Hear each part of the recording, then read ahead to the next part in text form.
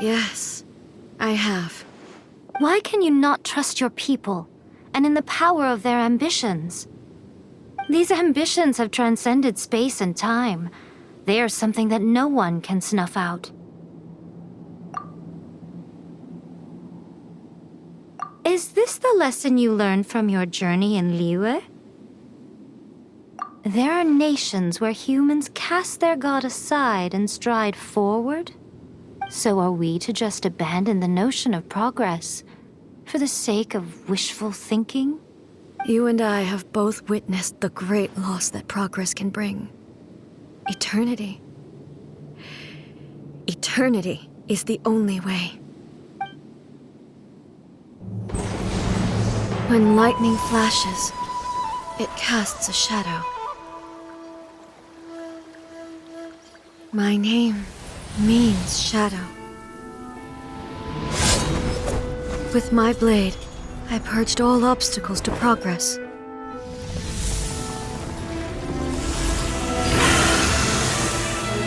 And yet, something was lost with each step forward. In the end, I even lost her. The tales are still retold in the shade of every thunder sakura. But the wounds left on our nation by that terrible loss still ache. Never stop searching, even if only for a brief flash of light. If nothing else, we have the present moment. She said that once. But I've seen a nation stride forward and lose everything to the heavenly principles. Perhaps only if time stands still will the lightning's glow never fade.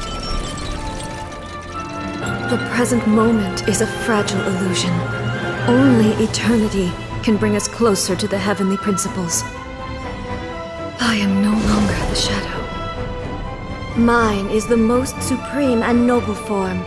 Let power over the realm be vested within me. In this form shall I honor my subjects' dream, for a land of eternity, unchanging forevermore. The heavenly principles. Irrelevant nonsense as far as I'm concerned. When all's said and done, all you really want is to protect your beloved Inazuma forever and ever. Isn't that right? That would be something of an oversimplification. But is this nation worth existing for eternity? Stripped of ambitions, stripped of the potential for change, it does nothing more than simply exist.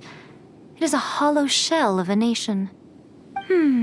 I wonder what loss would it really be to anyone if such a nation were destroyed? Miko, retract your words. Never changing eternity is the promise I made to my people. But what your people need from you is not your promises. They want your attention, your divine gaze. You mean visions? Humans have a lifespan of barely 100 years. They cannot afford to bear any extra losses. But I have experienced it all. That is why I have chosen to guide them along the correct path toward eternity. But eternity is far too cruel a fate for you, eh? For me? Not only have you stopped paying attention to the world, but you have stopped paying attention to yourself. It must have been terribly lonely here, all alone, for centuries on end. But it is necessary. You will miss much by refusing progress.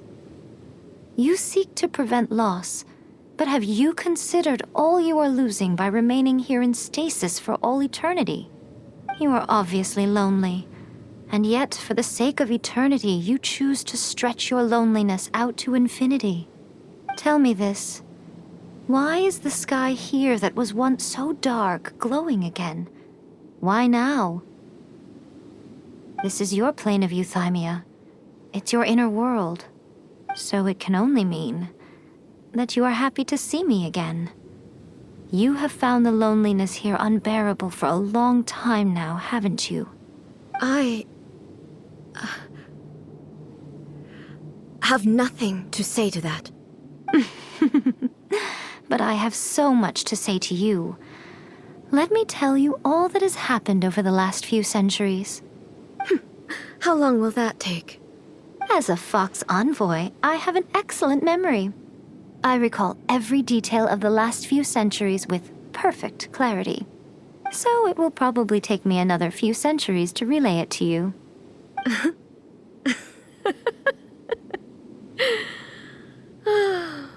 Miko, I never thought I would have the chance to meet with you like this again. Seeing you again is a change to eternity. And a very nice surprise. Since you are willing to admit that, I suppose that means we can still be friends? What a childish conversation this is. Anyway, now that I have been defeated by you and your plan, I will honor your wish to abolish the Vision Hunt Decree. But, with regards to eternity and the question of whether this nation should move forward, I need time to give it some thought. You are the one who's been acting like a child from the very beginning.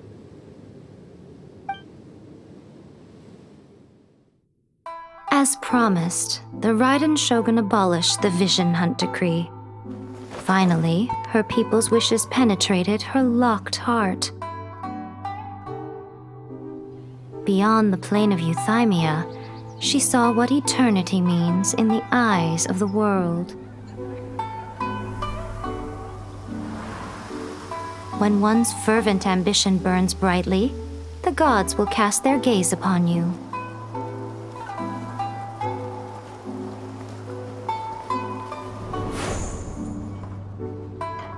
Some ambitions have the power to heal wounds, to bring victory, to inspire hope.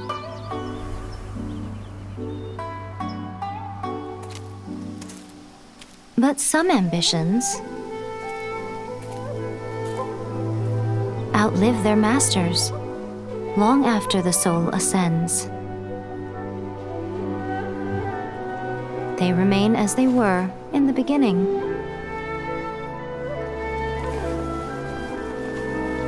Burning bright and true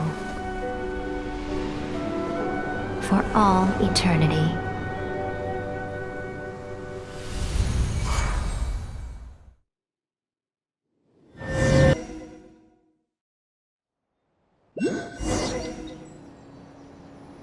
So what did you guys do in the Raiden Shogun's plane of Euthymia anyway? Is the Vision Hunt Decree abolished?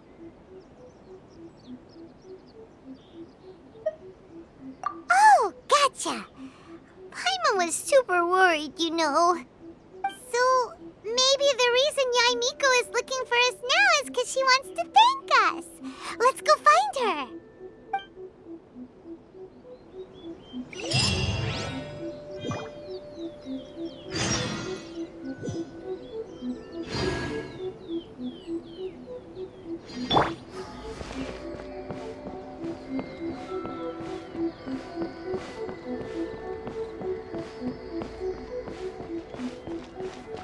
Narukami, please.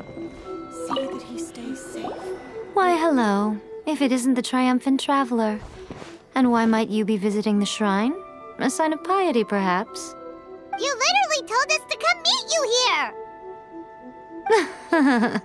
I was just joking. I've been waiting for you. Seems like someone's in a pretty good mood. Mm-hmm. Catching up with an old friend I hadn't seen in years was truly delightful. By the way, I heard that you had a duel before the throne, with a Fatui Harbinger no less. Courageous and astute. I must say, I am most impressed. Defeating Signora head-on in a duel means that your strength exceeds my expectations. Still, you did end up victorious. I gather congratulations are in order. Sure feels good to finally thwart the Fatui plan for once. They caused plenty of trouble along the way, but at the very least, they didn't get their hands on another Gnosis. Wait a second. Did you say Gnosis?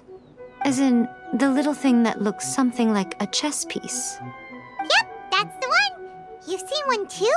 Gnosis belong to the Seven. They're what keep them connected to Celestia. Oh. What's wrong? I handed that over. You did what now? Well, how else was I supposed to save your skin from the Balladeer exactly?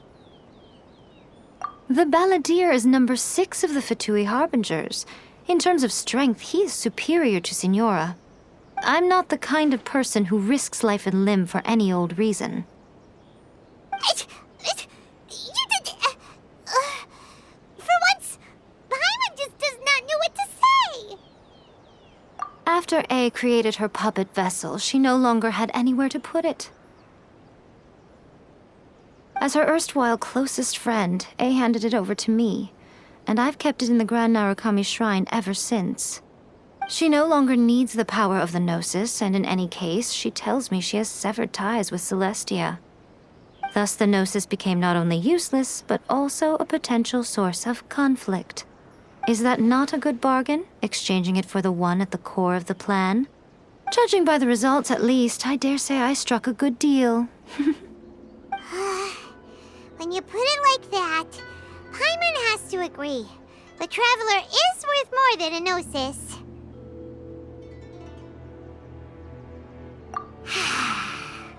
Well, what's done is done, and Paimon heartily thinks we'll be getting it back now.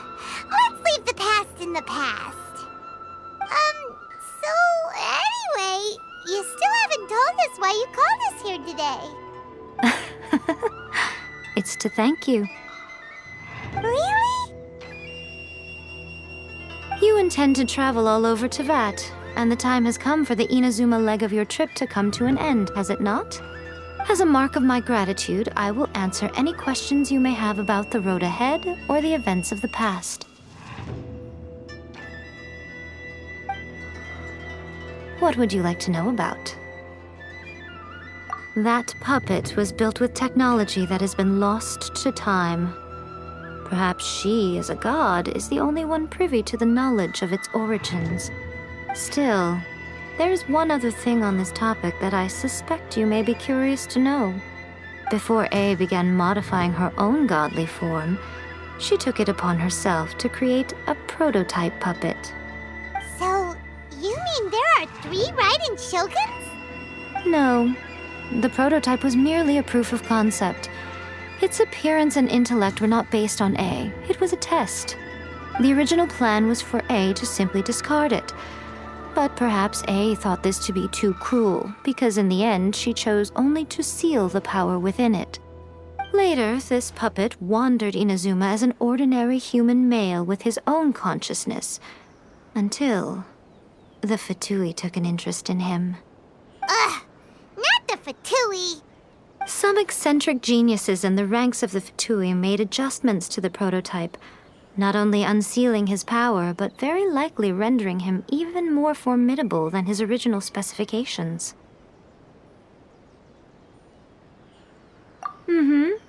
The object of divine creation is now the one who has taken possession of the Gnosis, and the prototype puppet is now known as the Balladeer. What a crazy story! It is, isn't it? Who can say whether it's coincidence or destiny? I'm surprised an outlander like you is aware that there was once a change of Electro Archon. Few citizens of Inazuma are aware of this. Morat's told us. He said that the Electro Archon Ball has passed away. Yes. The truth of the matter is that there were 2 twin gods, Baal and Beelzebul. Twin gods? They won the Archon War together, and when Baal established the shogunate, Beelzebul became her Kagemusha, or shadow warrior. In other words, she acted as Baal's body double. Beelzebul is A, with whom we are now both acquainted. Baal's name was Makoto. As far as the world was aware, there were not two, but one. They complemented each other, and they ruled Inazuma jointly, so there was no need for the public to know the truth. In fact, the name Baal and the title of Raiden Shogun was understood to refer to both of them. Right up until... Until what? Makoto died several hundred years ago in a war that I was not personally involved in. Since then, A has assumed the shogunate. Losing her sister must have been super hard on A. That was when A began to change. Makoto was her greatest loss. Paimon feels like she understands A lot better now after finding that out. So what kind of god was Makoto? I didn't spend a great deal of time with her, but my impression was she was a gentle god, who in each moment cherished the beauty of what was before her. Wow. Sorry, I haven't a clue. I'm also unfamiliar with the god you describe. But if you still have doubts about A, I would say they are misplaced. Not only does she not fit your description, but she voluntarily gave up her gnosis long ago, severing her ties with Celestia in the process. That's good to hear. Otherwise, given that I'm her familiar, it could have made our relationship rather awkward, don't you think? Don't worry, we aren't looking to pick a fight with you. I wish you the best of luck. May you soon discover the truth behind it all. As for your sister's whereabouts, I will use all the resources at my disposal to investigate it, and I will also borrow some of Ayato's people from the Shiumatsuban. I'll let you know if I find out anything. Consider it part of my means of thanking you. After leaving Inazuma, I think it would be easiest for you to go to Sumeru. Ooh, Sumeru! We've run into loads of scholars from there on our journey so far. Yes, well, Sumeru is the land of the god of wisdom, where the quest for wisdom and knowledge is never-ending. But their obsession gives rise to some truly inexplicable things. For example, in Sumeru, knowledge is holistically managed as a resource. Knowledge is a resource? Yes. I don't know whether it was the sages or Lesser Lord Kusanali who came up with the idea. Lesser Lord Kusanali? That's a cute name. Oh, you haven't heard. Lesser Lord Kusanali is the deity in whom the people of Sumeru place their faith. It's their chosen term of endearment for her. I'm sure you must have some things to discuss with her too. I wish you all the best. Are you sure? Okay then. Oh, Traveler, do you still have the omamori I gave you? Keep it safe. Is that all you intend to do with it?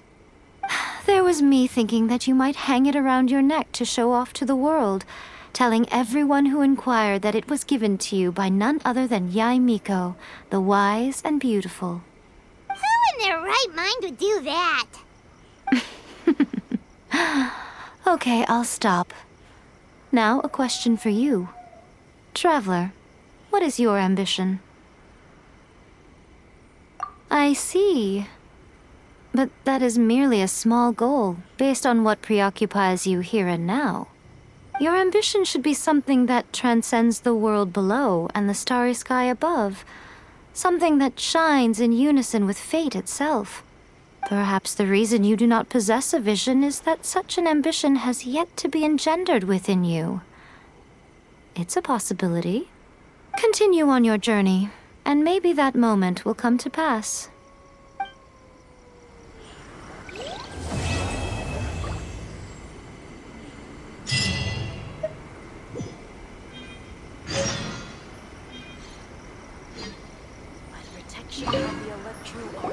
Oh, did that all get a little heavy for you? I think you prefer me when I'm just teasing you, don't you? Are you sure? Okay, then keep it safe. There was me. Who in their right... I see. Your ambition should be something. Perhaps the reason. Continue on your.